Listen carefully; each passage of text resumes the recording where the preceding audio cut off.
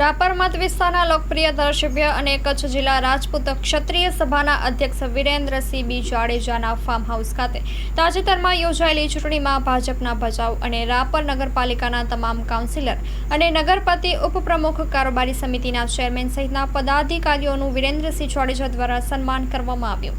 Story report by Mahavirsinh બી રાણા ભચાઉ.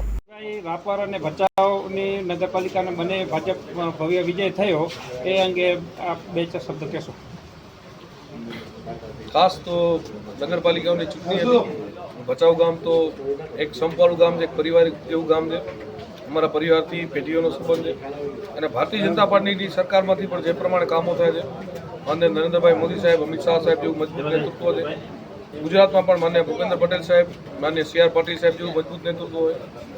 કચ્છમાં પણ માન્ય સાંસદ શ્રી વિનોદભાઈ, માન્ય દેવજીભાઈ વરચંદજીનું નેતૃત્વ હોય અને ભચાઉ અમારું હોમટાઉન છે.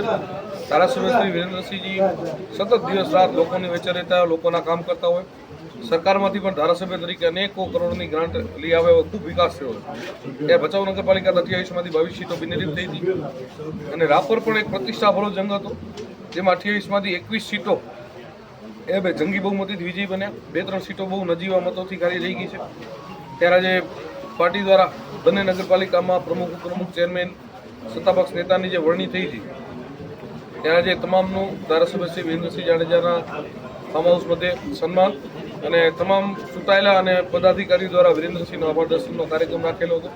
એમાં 100 લોકો ઉપસ્થિત રહ્યા હતા અને અહીંયાથી એક સંકલ્પ લેવામાં આવ્યો છે કે આ બધા હોદ્દાઓ છે, એક જવાબદારીનો ભાગ છે, પણ પાર્ટી જ્યારે જવાબદારી આપીને ટિકિટો આપી હોય એનો જ આભાર માની અને સતત લોકોની વચ્ચે રહેવું, પ્રવાસ કરતું રહેવું, સંપર્કમાં રહેવું, લોકોના કામ કરવા, સરકારની તમામ યોજનાઓ લોકો સુધી કઈ રીતે પહોંચે અને એક ટીમ ભચાઉની ટીમ રાપર એમ ટીમ વાગડ બની અને સૌ સાથે મળી અને એક ઐતિહાસિક કામો એ ભચાઉ અને રાપર નગરપાલિકામાં થવા જઈ રહ્યા છે.